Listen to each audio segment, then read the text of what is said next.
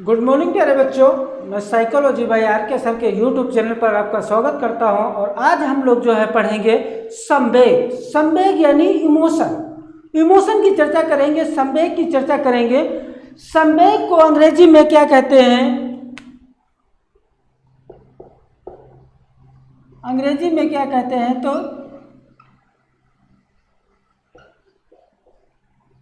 Emotion. इस emotion को शब्द की उत्पत्ति किस भाषा से हुई है? तो लैटिन भाषा के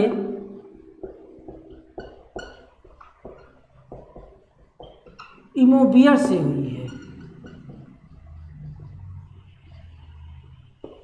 किस से हुई है? तो इमोबियर से हुई है।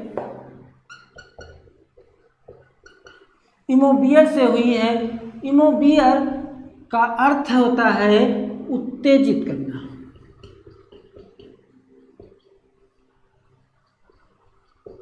देखो, ये संवेग अगर जो हम इसको तोड़ते हैं संवेग को, तो एक शब्द निकलता है। संवेग को तोड़ते हैं तो देखो,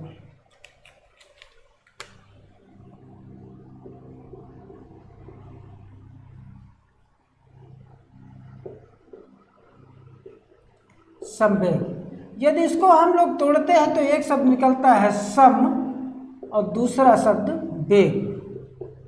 सम ये क्या है? उपसर्ग है। और वेग क्या है? तो वेग यानी गति। वेग का मतलब क्या होता है? गति यानी जाना, जिसे हम क्या कहते हैं? संवेग कहते हैं।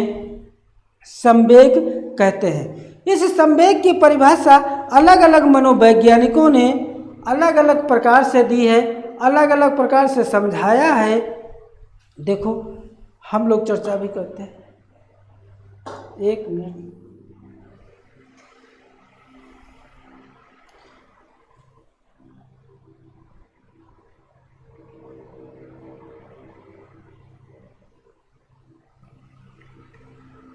देखो,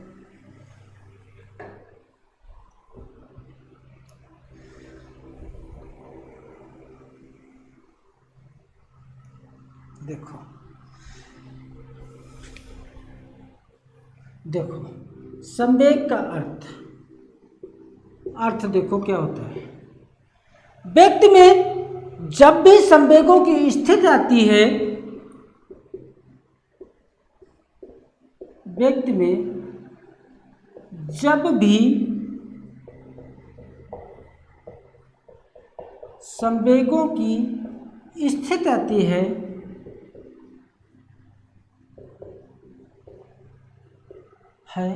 तो व्यक्ति में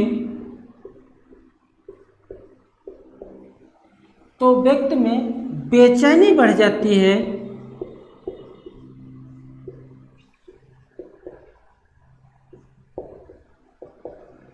व्यक्ति में बेचैनी बढ़ जाती है और वह असामाजिक व्यवहार करने लगता है।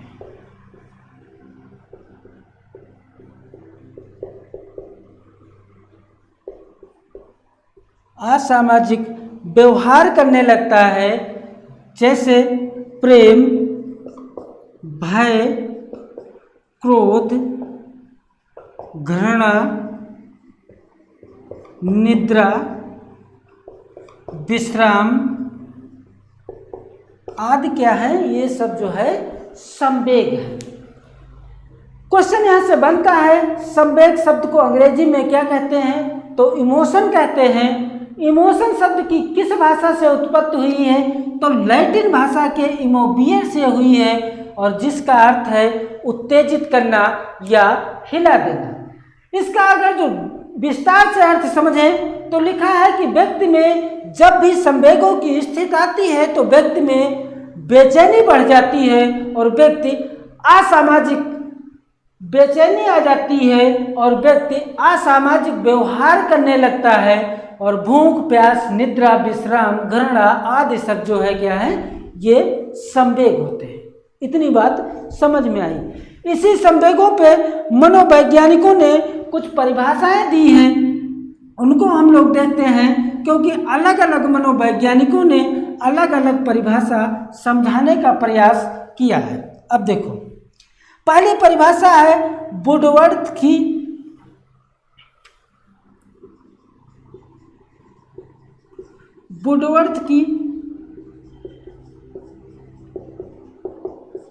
वुडवर्थ ने कौन सी परिभाषा दी? तो वुडवर्थ ने बताया कि संवेग व्यक्ति की उत्तेजित दशा है। संवेग व्यक्ति के उत्तेजित दशा है, उत्तेजित दशा है। अगली परिभाषा है मैकडूगल की। मैकडूगल ने कहा कि मूल प्रवृत्तियों का व्यवहार में आ जाना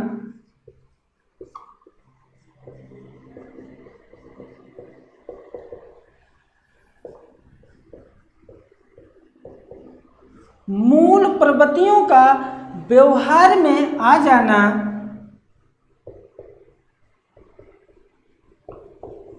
संवेग कहलाता है।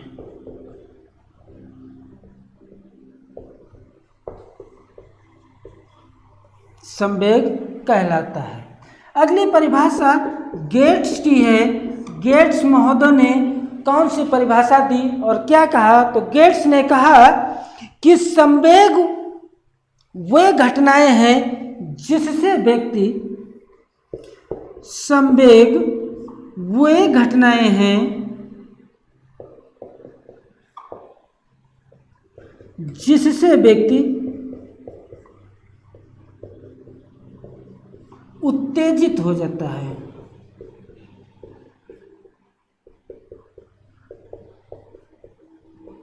बहुत सारी परिभाषाएं हैं, लेकिन ये तीन परिभाषाएं वुडवर्थ, मैकडूगल और गेट्स की महत्वपूर्ण हैं, जो हमने यहाँ पे आपको लिखा दिया, समझा दिया। वुडवर्थ की परिभाषा है कि संवेग व्यक्ति की उत्तेजित दशा है। मैकडूगल की परिभाषा है मूल प्रवृत्तियों का व्यवहार में आ जाना ही क्या कहलाता है? संवेग कहलाता है। और गेट्स की परिभाषा है संवेग वे घटनाएं हैं जिससे व्यक्ति उत्तेजित हो जाता है, व्याकुल हो जाता है, परेशान हो जाता है, वो सब क्या है? संवेग है। इसी पे अब एक शब्द आपका लिखा है मूल प्रवृत्तियां। अब ये मूल प्रवृत्तियां क्या होती हैं, इनको हम लोग जो है समझते हैं। तो आप हेडिंग बना लीजिए, हेडिंग बना लीजिए संवेग एवं मूल प्रवृत्तियां।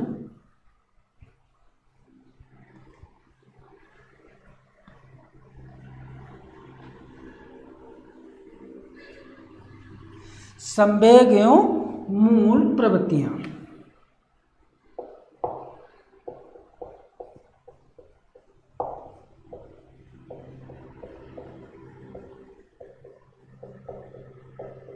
देखो, संवेग एवं मूल प्रवृत्तियां। संवेग एवं मूल प्रवृत्तियों पर पहला अध्ययन लिखिए, पहला पॉइंट, संवेग एवं मूल प्रवृत्तियों पर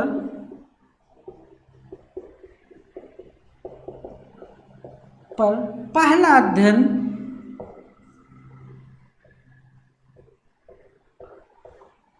अध्ययन विलियम मैकडूगल ने किया।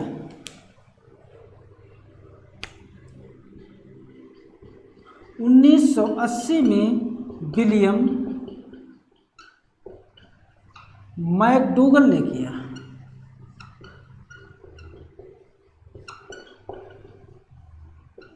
किसने किया?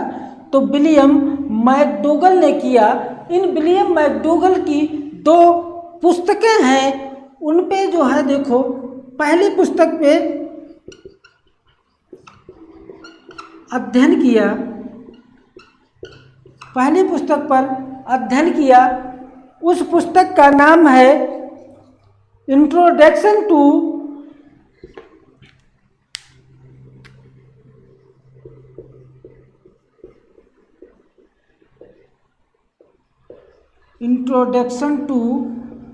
Social psychology.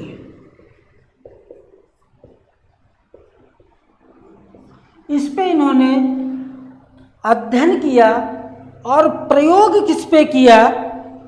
क्वेश्चन आए अगर जो प्रयोग किस पे किया तो दूसरी पुस्तक लिखी है इनकी, प्रयोग व पूर्ण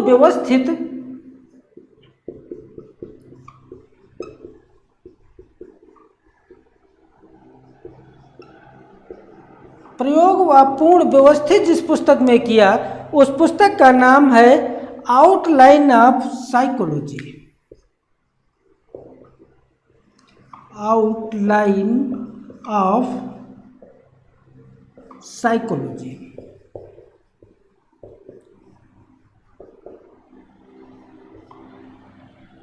देखो, संवेग एवं मूल प्रवृत्तियों पर पहला अध्ययन किसने किया? तो 1980 में विलियम मैकडूगल ने किया। इन्होंने जो अध्ययन की बात की वो इंट्रोडक्शन टू सोशल साइकोलॉजी में की। जब पूर्ण रूप से व्यवस्थित इसका जो प्रयोग हुआ वो हुआ आउटलाइन ऑफ साइकोलॉजी। ये दो महत्वपूर्ण पुस्तकें हैं, इस पे इन्होंने अध्ययन किया। मैकडूगल ने 14 प्रकार की मूल प्रवृत्तियां बताई हैं, 14 प्रकार की मूल प्रवृत्तियां बताई हैं। और जब 14 प्रकार की मूल प्रवृत्तियां हैं तो संवेग भी जो है कितने होंगे? 14 प्रकार के। अब विलियम मैकडूगल ने कौन कौन सी मूल प्रवृत्तियां बताई हैं और कौन कौन से संवेग बताए हैं, इनको हम लोग जो है देखते हैं। देखो,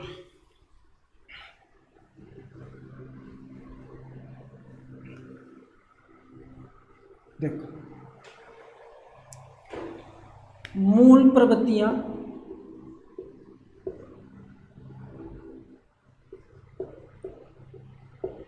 संवेग और मूल प्रवृत्तियां।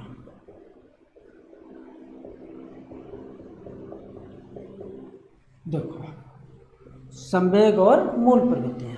पहला संवेग है भय।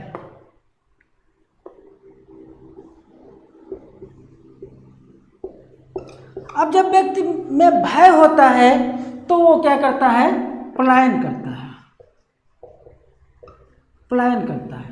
एग्जाम्पल तौर पे हम बताते हैं, जैसे दो दोस्त जो है जंगल को घूमने जाते हैं, वहाँ पे अचानक उन्हें सांप दिख जाता है और जिससे वो जो है डर जाते हैं, भय हो जाता है और इससे वो तुरंत पलायन कर जाते हैं, यानी भाग जाते हैं। तो इसलिए पहला संवेग कौन है? भय। और भय से जो है जो मूल प्रवृत्तियां उत्पन्न होगी वो क्या होगा? पलायन होगा। देखो, दूसरा होता है क्रोध।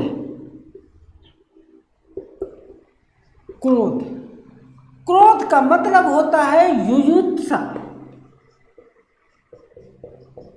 युयुत्सा या युद्ध करने की इच्छा।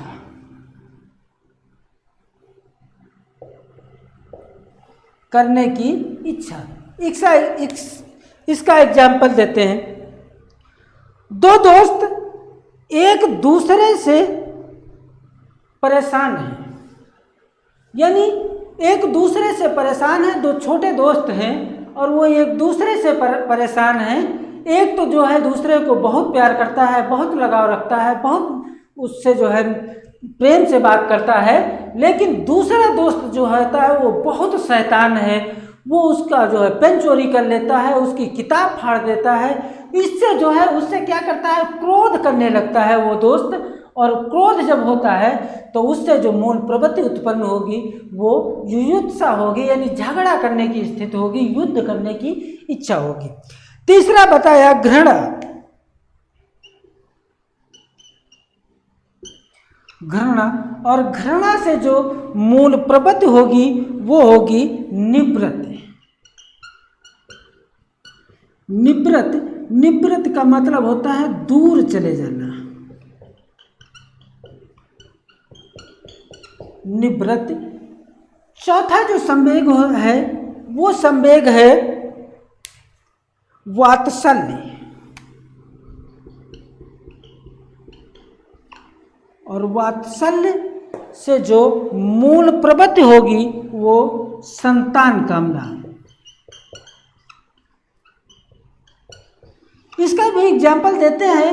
देखो जो है कैकेयी ने जो है अपने पुत्र के वात्सल्य में, अपने पुत्र के प्रेम में जो है 14 वर्ष के लिए राम को वनवास जो है दिलाने के लिए दशरथ से वचन ले लिया था।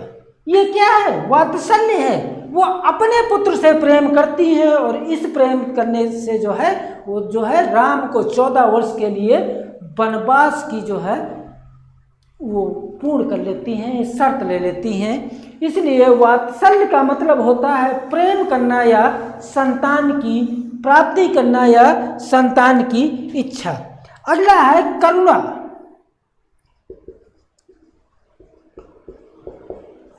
और करुणा से न क्या होगा?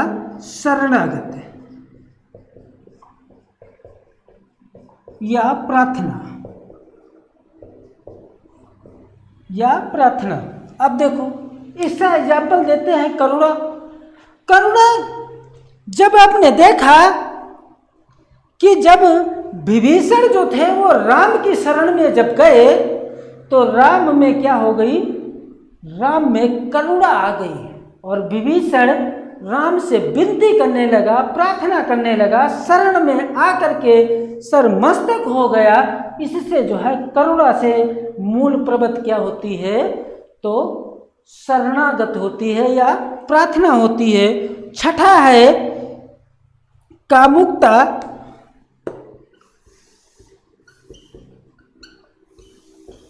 और कामुकता से जो मूल प्रवृत्ति उत्पन्न होगी वो काम प्रवृत्ति।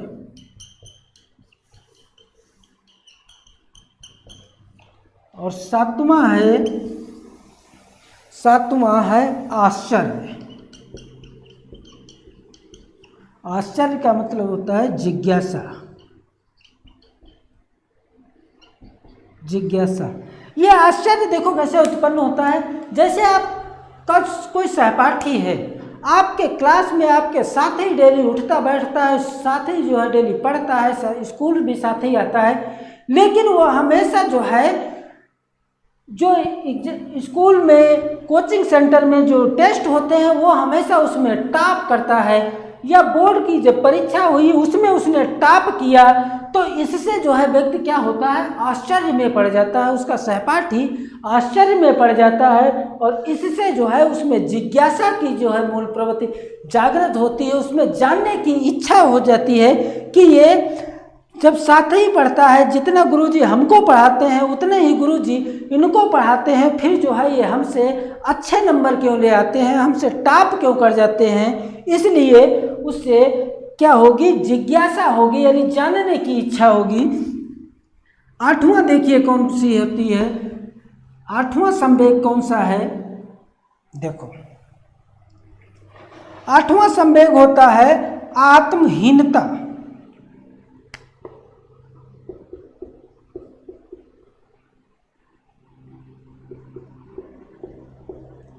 आत्महीनता। आत्महीनता का जो मूल प्रवृत्ति होगी वो दैन्यता होगी। दैन्यता यानी दया।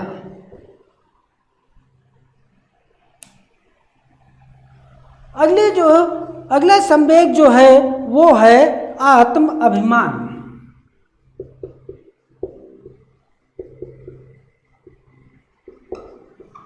आत्म अभिमान का जो मूल प्रवृत्ति होगी वो होगा आत्म गौरव।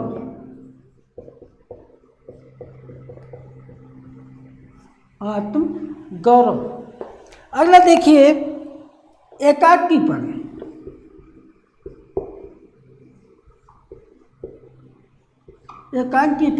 एकाकीपन का जो मूल प्रवृत्ति होगी वो होगी सामूहिकता।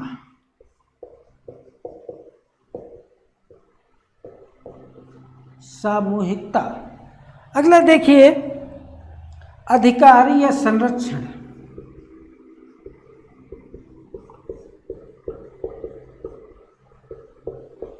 अधिकार या संरक्षण, और इसकी जो है मूल प्रवृत्ति होगी संग्रहण।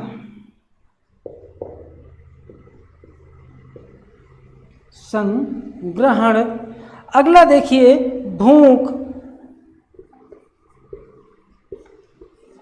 भोजन की इच्छा।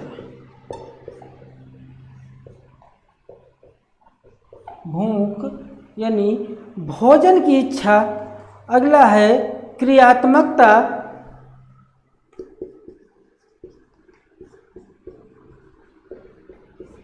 रचनात्मकता। क्रियात्मकता का रचनात्मकता होगा। और अगला देखिए आमोद, और आमोद की जो मूल प्रवृत्ति होगी वो हास्य या हंसना। इसका एग्जाम्पल देते हैं, जैसे आपने देखा कि comedy night with Kapil Sharma. Kapil Sharma में जो है ये आमोद संवेग है, जबकि मूल प्रवृत्ति या हास्य या हंसना होता है, क्योंकि वो जो है बात बात पर लोगों को हंसाते हैं, इसलिए उनमें जो मूल प्रवृत्ति है वो कौन सी है? हास्य है। यानी कपिल शर्मा में जो मूल प्रवृत्ति है वो हास्य है। इसी के साथ अब हम जो नेक्स्ट पढ़ेंगे वो मूल प्रवृत्ति और संवेगों की विशेषताएं पढ़ेंगे, लेकिन ये वीडियो काफ़ी लंबा हो जा रहा है, बड़ा हो जा रहा है, इसलिए हम नेक्स्ट वीडियो में जो संवेगों की विशेषताएं और मूल प्रवृत्तियों की विशेषताएं, इनकी जो है हम लोग चर्चा करेंगे। फिर संवेगों एवं मूल प्रवृत्तियों में अंतर देखेंगे। ठीक है, थैंक यू।